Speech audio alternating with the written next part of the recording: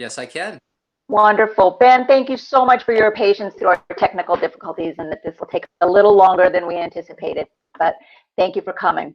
Yeah, no So worries. I'm going to jump right into the questions, if you don't mind.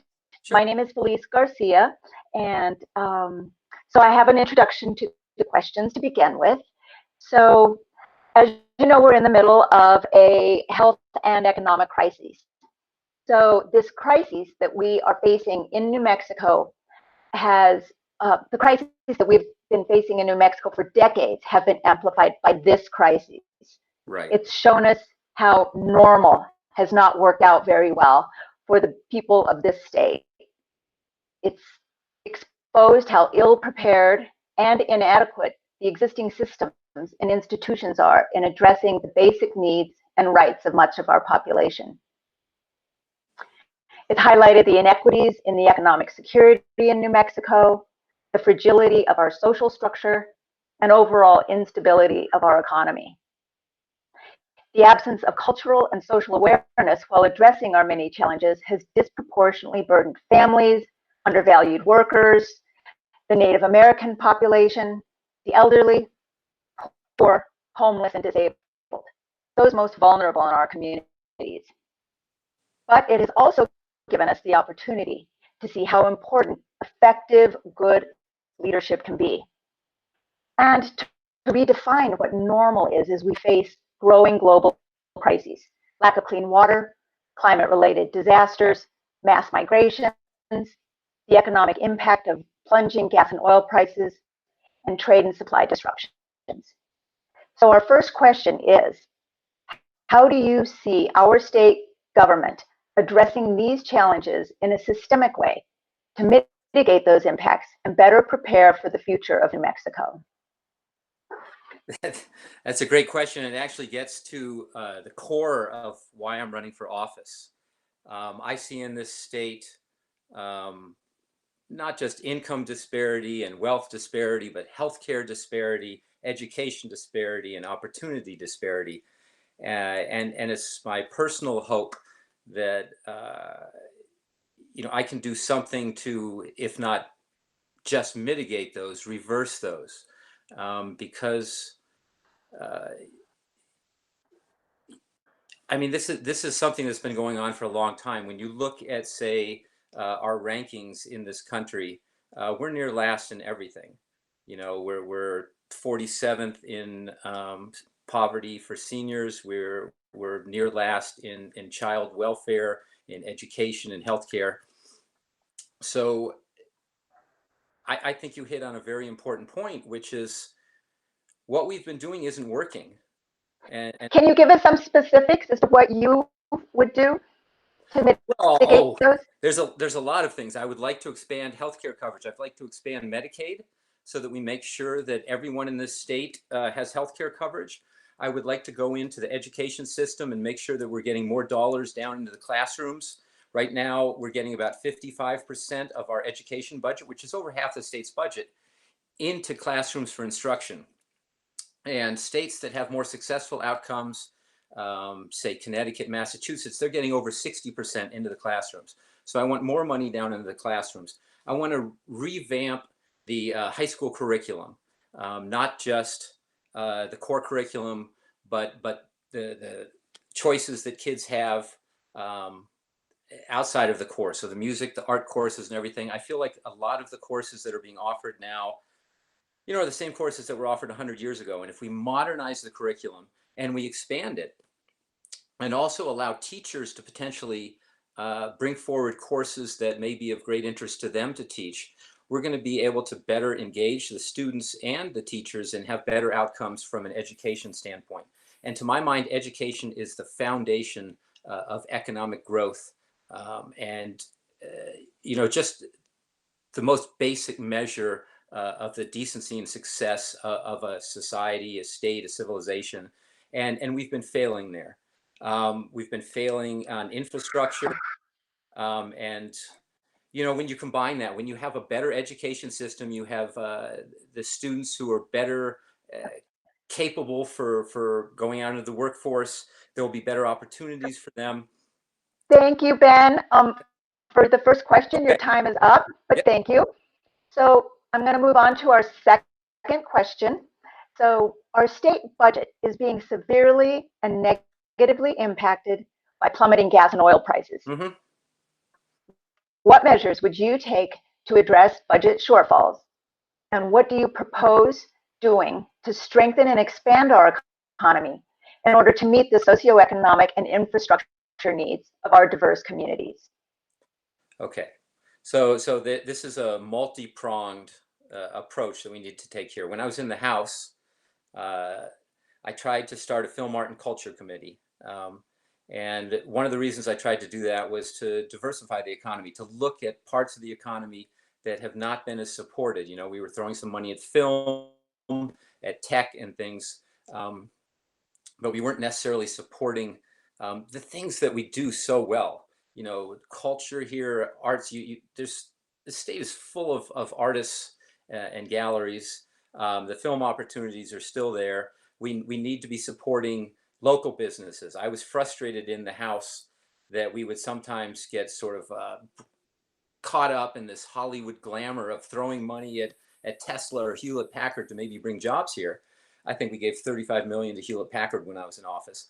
I would much rather put that money into in-state businesses and support those, right? So I mean, could be Bueno Foods. I mean, there's so many amazing companies and businesses in the state, and if we support them, they're not going anywhere.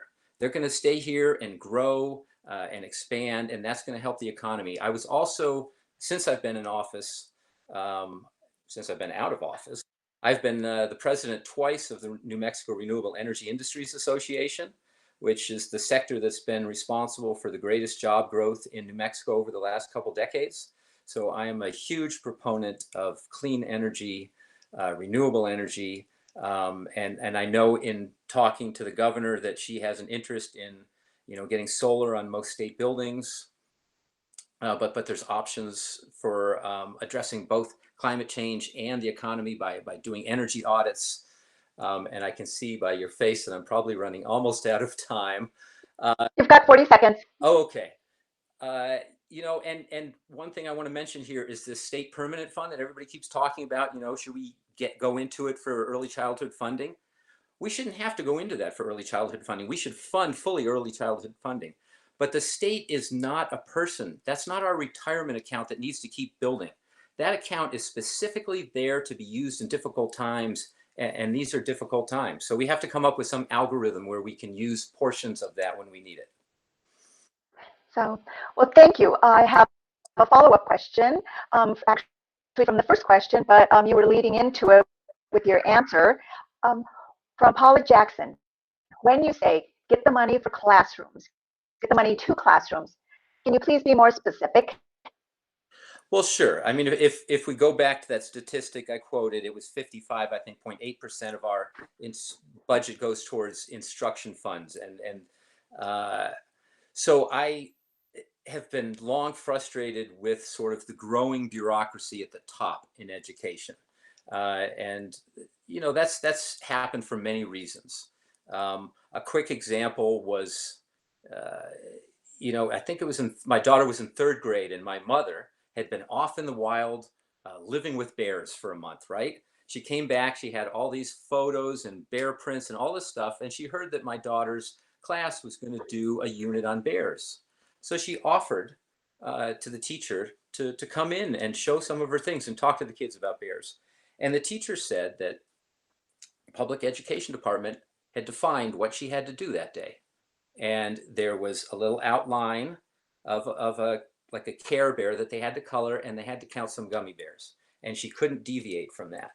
So what I'm talking about is giving more freedom to teachers, trying to, as much as possible, shrink our sort of bureaucracy at the top. I'd love to cut down on the testing. You know, when you test for 2 weeks a year, not only does that cost money, not only does PED have to have staff to analyze it and then tell teachers what to do, but that's 2 weeks of the year that the kids aren't getting taught. And over 12 years, they're missing close to a year of education. Well, thank you, Ben. I appreciate you elaborating a bit more on that. So we're going to move on to the final two questions, and Paula Jackson will cover those. So Okay. she will be asking those two questions. Great. Thank you. All right. Hi, Ben. My name is Paula Jackson. I'm also a Nasty Woman member. It's nice to meet you. Arthur, and I'm the one who asked that. I was a 34-year teacher, so I would love to have more follow-up with you on that. But question number 3, which also follows into what you were just talking about before, what are your ideas for New Mexico transitioning to a more resilient and inclusive clean economy? So you were starting to talk about that a little bit during question 2, during your answer. So now's going to be your time. Will we be able to stick with your plan? And what will be the timeline of this plan, given the New Mexico economy following COVID-19? So again, your ideas for transitioning to a more resilient, inclusive, clean economy. Okay, so again, this is another question that requires several components to be involved. First of all, the state, the way they can be involved, we can be involved, is by doing the energy audits in the buildings, by putting solar buildings where that's feasible, by putting wind power where it's feasible. And we can go and look at our fleet and make sure that we are doing the greatest in fuel efficiency there. You know, we can continue as we have to incent solar, and they just reauthorize those incentives. I wrote the original solar bills back in 2008, 2009 that were originally incenting primarily residential solar. You know, we have to sort of do this transition smoothly because so much of our revenues come from oil and gas. You know, we have to have some measure of respect for that while still enacting probably stronger environmental regulations to cut down on methane emissions and leaks and things. And we have to put pressure on the utilities to start transitioning as well. And they've started to take steps there. But there is sort of a method where we can open up the utilities to competition. Right now, they're each essentially a monopoly. So if we can open that up, then the people will get to choose where they're sourcing their electricity from and their power from, and that will force the utilities to start moving towards cleaner, renewable energies because that's what people will want. There's no magic answer here. It's incremental steps. It's continuing to support the right things. It's continuing to move towards a more progressive tax structure. You know, I mean, this is just hard work is what it is. How would you respond to the people who are calling for getting as far away from the oil and gas as we can, reducing our need and our dependency on our oil and gas? How would you respond to those people? Well, I agree completely, you know, but you have to look at it from a feasibility standpoint. We can't just walk away from the revenues that we're receiving. That would damage, you know, our schools. It would damage healthcare.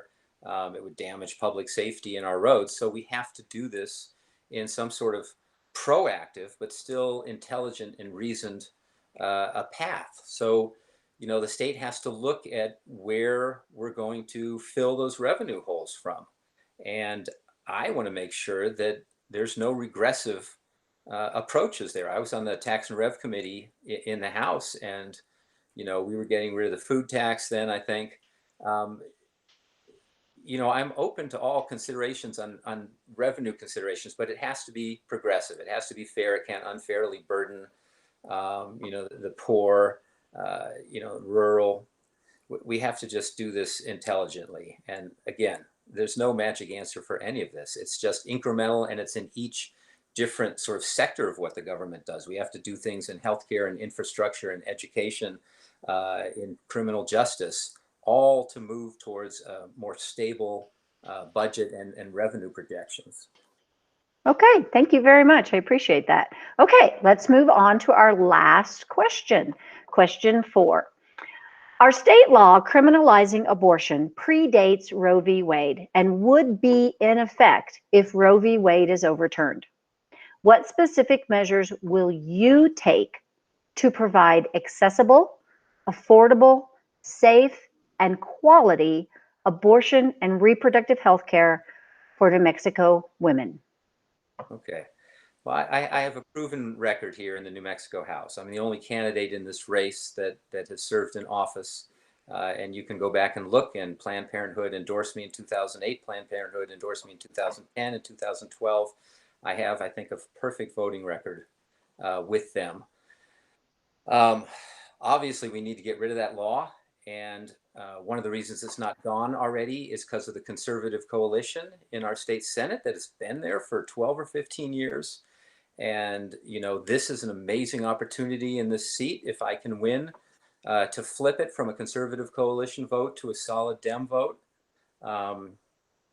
And I'll be all over getting rid of that law. I mean, I have two daughters, Melina and Natalie, who are 15 and 21. And I would literally give my life to protect their right to do what they want with their body, what they want with their minds, what they want with their careers. And so I'm on your side on that one, and the record to prove it. Okay, and that's great, but can you give us some specifics on what you will do if you get this seat, other than voting to decriminalize it? What else can you find yourself doing? Because that would, of course, we would expect and hope for that. Right. But what else can we Okay. do? Can we see you doing? Okay, there are three things I will do. The first thing is I will play really good defense when the Republicans, either through the courts or through the legislature, are trying to chip away at these rights. If they're trying to do parental consent, you know, or a waiting period, I'm going to be standing up front fighting to protect those. So I'm going to be there on defense to protect what we already have. Two, I'm going to fight for more funding. And I think we need to expand the services we're providing, particularly the preventive care services, as I think those are really vital. And in that more funding and expanding services, we also need to look to make sure that these services are available throughout the state, right? Not just in the urban areas. We have to make sure that there is accessible reproductive and preventive health care available for women in the rural areas, on the pueblos. And the third thing I will do is I will listen. I'll listen to my daughters. I'll listen to you. I'll listen to Planned Parenthood. And if you guys tell me there's something that needs to be done, something that needs to change, I will fight hard and do my best to make that happen. Okay, well, thank you very much, Ben. I appreciate that. So in a second, I'm going to give you a minute for your closing. Before that, though, I want to thank you. I just want to take this time to thank you so much for joining us this evening and for being patient with us this evening with our tech issues and hanging on and waiting for us. We really, really appreciate that. And you being here means a lot, because this is, as you said, a very important race. So I'm going to give you now about a minute for your closing statement, and we appreciate it. Thank you. Sure. Thank you guys for having me on. It's nice to be with good progressive people that care and are involved. This is just one of the toughest swing seats in the state Senate. And you know, the current Senator John Sapien, who is retiring in 2016, which was his third election, he won by his largest margin, and it was less than 200 votes out of 25,000. So this is a race that we have to put up absolutely the best candidate. And I hope that I'm that person with my experience in the House, with my experience running the New Mexico Renewable Energy Industries Association. And, you know, I've been in this district. I moved here in 1967, which is 53 years ago. And so, you know, I'm well known in the district. Everybody from Wagner Farms and North Erzinger to Corrales Indivisible are behind me and have endorsed me, including AFT New Mexico, so our local teachers. And it's exciting for me because I am working my butt off and I feel good. And I think that this is important because not only can we win this seat, but maybe we can get rid of the conservative coalition in the Senate and actually start putting through some good democratic legislation and work on a progressive agenda. Okay, well, thank you, Ben, so much. We really, really appreciate you being here, and we wish you the best of luck. I would like to say something to everybody else in closing. If you are a District 9 resident, thank you so much for watching this important forum for a race that will directly affect you. However, some of you may not live in the Senate district we focused on tonight, District 9. That's okay. In fact, it's great that you are participating and paying attention. This race still affects you. This race is important to you because, unfortunately, the New Mexico Senate has become the place where good progressive legislation often goes to die. From decriminalizing abortion and marijuana to a commission created to consider paying our legislators for their time. To name just a few, the New Mexico Senate stops progress. So this is your chance to get involved. You may not be eligible to vote in this specific race, but you can volunteer your time and you can donate for the candidates of your choice. Check out our YouTube videos for Senate District 20 forum that we did last week. And in about 24 hours, look for the YouTube videos from tonight's forum. Please feel free to share these videos, especially with your friends in these Senate districts. All of this will greatly help our state because we are in this together. Activate for progress. Thank you all very much for joining us tonight, for being patient with us in technology, and please stay healthy. Good night. Thank you. Thank you.